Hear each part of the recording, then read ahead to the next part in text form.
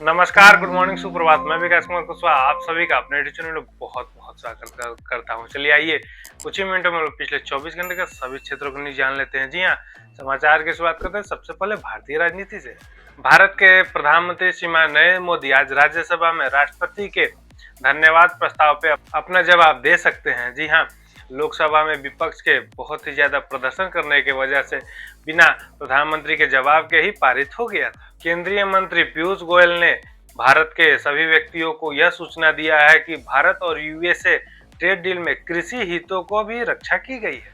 कर्नाटक में भ्रष्टाचार के मामले को लेकर बीजेपी और जेडीएस ने रात भर धरना दिया। अब आते हैं अर्थव्यवस्था और व्यापार संबंधी समाचार जान लेते हैं। शेयर बाजारों में भयंकर गिरावट। जी हाँ, आज शेयर बाजार खुलते ही शेयर बाजार में बहुत ही ज्यादा गिरावट देखने के लिए मिली, जिसमें सेंसेक्स 400 अंक नीचे गिर गए।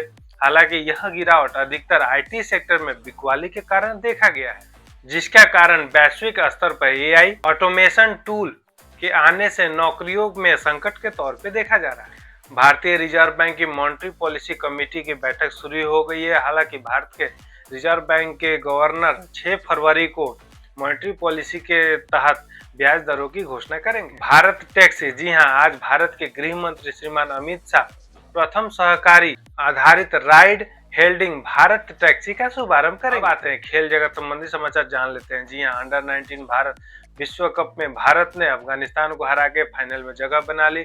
अगली मैच 6 फरवरी को भारत और इंग्लैंड के बीच T20 वर्ल्ड कप 2026। जी हाँ, भारत और श्रीलंका के सह मेजबानी के तौर पर खेले जा रहे यह मैच, जिसमें भारत में मुंबई और श्रीलंका में कोलंबो में कैप्टन्स डे इवेंट आयोजित किए गए हैं। WPL 2026। जी हाँ, वुमेन्स प्रीमियर लीग 2026 आज रात को दिल्ली कैपिटल्स और आरसीबी रॉयल चैलेंजर्स बेंगलुरु के बीच खेला जाएगा। निशानेबाजी। जी हाँ, ईशा सिंह ने एशियन चैंपियनशिप में 10 मीटर एयर पिस्टल स्पर्धा में स्वर्ण पदक जीता। बातें हैं रक्षा और तकनीक संबंधी समाचार जान लेते हैं। जी हाँ, भारत के डीआरडीओ ने उड़ीसा के चांदीपुर से सॉलिड फ्यूल डक्टेड रैमजेट का सफल परीक्षण किया, जिसके तहत भारत अब लंबी दूरी की हवा से हवा में मार करने वाली मिसाइलों के निर्माण में सक्षम हो पाए। बातें अन्य महत्वपूर्ण समाचारों को जान लेते हैं। जी हाँ, भारत में जम्मू कश्मीर में सुरक्षा बलों ने एक आतंकवादी को मार गिराया और साथ में वहां के प्रशासन ने अंत्योदय योजना के तहत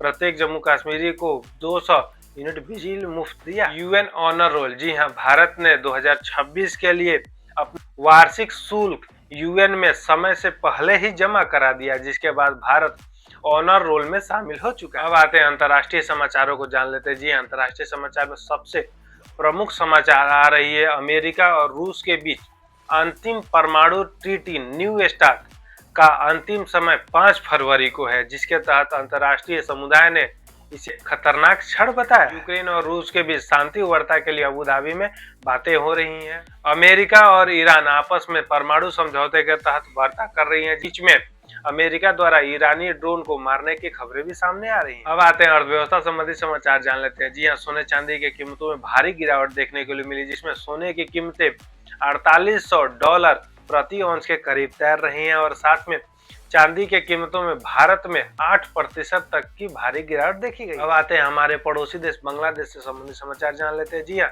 बांग्लादेश में चुनाव सर पे है, जिसके तहत चुनावी का माहौल गर्म है, जिसके तहत विपक्ष ने धांधली का आरोप लगाया है, जिससे राजनीतिक अस्थिरता बढ़ने की आशंका है। अब आते हैं पाकिस्तान द्वारा भारत के खिलाफ खेले जाने वाले मैच में बहिष्कार के लेके खबरें। जी हाँ, पीसीबी भारत के खिलाफ होने वाले श्रीलंका में मैच के बहिष्कार पर विचार कर रहा है, जिसके तहत पीसीबी फोर्स मेजोर क्लॉज का सहायता ले सकता है। ये रहे पिछले 24 घंटे सभी क्षेत्रों को महत्वपूर्ण न्यूज।